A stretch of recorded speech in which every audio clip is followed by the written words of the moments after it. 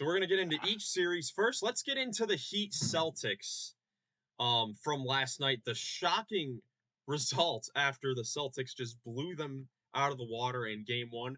The Heat come back. Their voodoo magic returned in game two, winning this one 111 to 101 in Boston to even the series at one apiece. Nick, you get us started here. How did the Heat pull this off? Well, it helps when you make more than half of your threes and you set a franchise record. 23 of 43. And the same thing that this Heat team relied on last year, like just their identity, is toughness. Holding Boston, the number one offense in NBA history, to just over 100 points. And yeah, a big thing that I know a lot of NBA teams talk about, especially come playoff time, is like 25-minute quarters or 25-point quarters, only giving up 25 points per quarter. And I think Miami did that 3 out of 4 times last night in their win. So yeah, it was a huge win, and I was just impressed. The one thing that I did see the day after today was I'm subscribed to this Coach Miller guy on Substack. He coaches at a lower level at the college level, but he was describing with some film like Miami's 5 out concept where they get the ball to Bam at the top of the key in the middle of the floor, and then they just have Tyler Hero run right directly across the free throw line underneath, and then the guard who passes to Bam up from the wing is going to set. It's a double zoom action, so he's going to set one on Tyler Hero, and then it's a dribble handoff coming off Bam, and that way you have shooters in the corners, and then Tyler Hero with an advantage getting downhill, Bam rolling to the hoop, and a pop guy behind. Yeah, and when you look at both Hero and Bam, like that combination worked fantastic. Tyler Hero was excellent. A big key to this series is with the Heat not having Jimmy Butler or Terry Rozier. You needed Tyler Hero to play good, which he had not for the last few games. Finally. He was fantastic in this one, 24 points, 14 assists, Dang. made six threes, and then Bam looked really impressive. He made some tough shots over the Celtics defenders, but like you said, it really came down to that 3-point shot falling down. In game one, we saw the Celtics make a franchise playoff record 22 threes. The Heat come in here and make a franchise playoff record 23 triples with Hero making six. Caleb Martin returning to, his crazy playoff form where he nearly won the conference finals MVP last year. He did it again in game two, 21 points, 5 for 6 from three. And like you were saying, Nick, with the holding Boston to, under 25 in a quarter, the Celtics scored just 40 points in the second half after 61 in the first half, where specifically Jaylen Brown was having his way offensively. He scored 21 in the first half. They really did a great job in the third quarter and then closing out the game, really holding the Celtics stars to not the best games. I know Tatum and Brown were both pretty hot, but you held everyone else really in check. Yeah, especially like we were talking on the pre-pod lobby, Kristaps didn't have a great game, but as far as like the flow of this game, this was like the most. This was very close, or like a good example of like the modern game. I thought where defense still does play a huge factor in the fact that we're talking about it, holding Boston under 25 points, but for anyone who doesn't say that they like just like all threes and layups or like it's either going to be a long shot or at the rim, I would suggest that you watch this game because this game was very fun. It was back and forth. It was high pace. It was up and down, and it was like exciting to watch three pointers go in at a high clip. Like I don't know why people don't like watching that. There's so much hate about like I'm thinking in particular who was the guy on First Take that Max Kellerman replaced? Struggling. Oh, He's a I know. very big sports guy. I know who you're talking about, but not Shannon Sharp? No, I listen to him almost all the time on like AM radio. He has an ESPN show.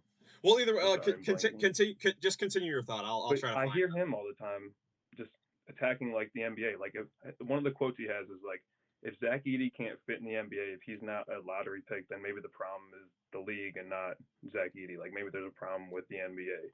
And what he's alluding to is the fact that it's all threes and layups.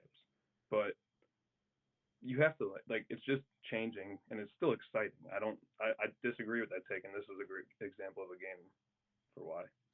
And I mean, guess what? Like, even though the Heat made, a ton of threes, both teams, as you said, were making a lot of threes at a high clip. Like even the Celtics, they were making their threes when they were shooting them. They didn't get up a whole lot, which I think is a big credit to the Heat's defense, because the Celtics, they're the best three-point shooting team in basketball. They live and die by the three, and they didn't get as much up today, and the Heat were knocking them down.